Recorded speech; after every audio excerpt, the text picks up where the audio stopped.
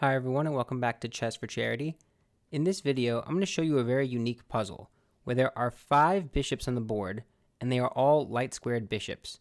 And the question is, can you win with the white pieces here? So it's white to move.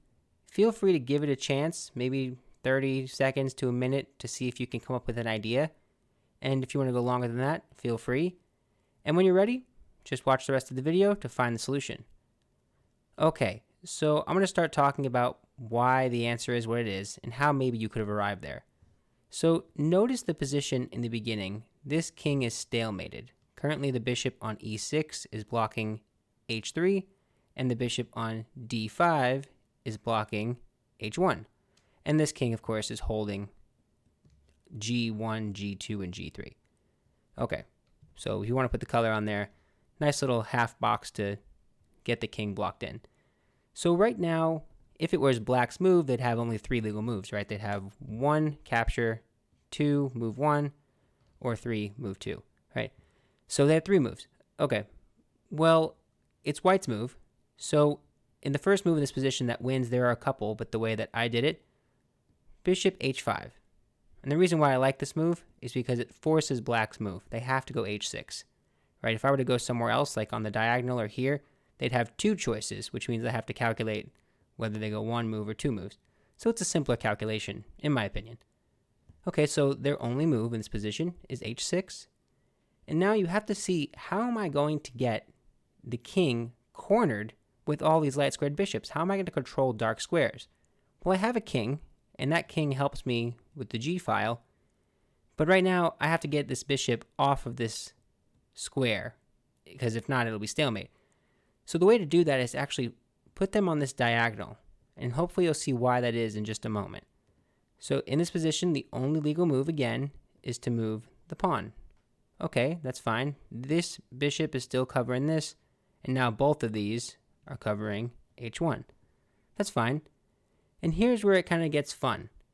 So bishop h1, what is that doing, you might wonder? Well, right now, it's kind of just waiting, because we're letting black expend all of their tempi. So they say, okay, h4. Now what? That's their only move, by the way, in the position. And now is where, again, it gets so fancy. The bishop on c2, we want to bring up as backup to these. And I'll show you why in just a moment, so bear with me. You play this, so you stack it. So you make this really interesting shape here. And let's just see what you got. Okay. h3. What are you going to do? Well, it's white's move, and here is the killer move. King f3. Now I'm blocking these 2 bishops, and I'm forcing the black king to either one of 2 places, either g1 or h1. So let's look at both of them. So if you go to g1, just as an example, I play king g2, and now this bishop on c4 is holding this square, and these are all held by the king, and this is currently held by the bishops. So white's only giving black one option, h2. And here is the main theme, king f3. What does that do? That forces the king to capture, and in this position, there's mate in 1. Hopefully you can see it. King f2 is mate in 1. That's if they play king g1. What if they don't play king g1? Let's go back. Is the theme the same? Well, it turns out, did I go back too far? I did. Okay. I play this move. King takes bishop. What's the difference here? Is there a difference? So you play king g3 check. And the reason why you play king g3 check, going this way, instead of king f2 check, is because you need to cover h2. And g3 is the only place that covers h2. Now, what does this do? This forces one of 2 things. Or sorry, one thing only, actually. It's check. It forces only king g1. And now, in this position, you kind of create this little cycle with the bishops. Now, this bishop goes in the corner. This is why it was backup for the other bishop. And again, there's only one move in this position, h2. And what does this create?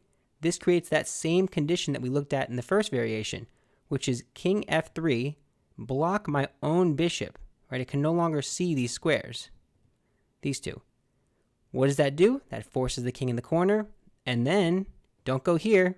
That's not checkmate. You need to cover g1. So this is checkmate.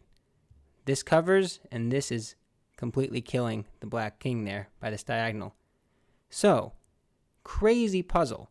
Hopefully you're able to follow all of that.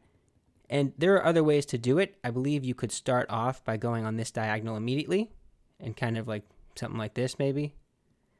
Kind of the same idea. Hopefully like that. Same idea. If they take, you play here, and then you let them spend a tempo. They have to spend this tempo, and then it's my move, and like that. Killer, right? I love this puzzle. It's a really good exercise in the power of the bishops, but maybe even more importantly, the power of the king. This king is really powerful to hold these dark squares throughout the process. But yeah, that is it for this video. If you enjoyed the content, be sure to like and subscribe. Half of the income that I earn on this channel goes directly to charity, so every single subscriber helps me out a lot. Thanks so much. Bye.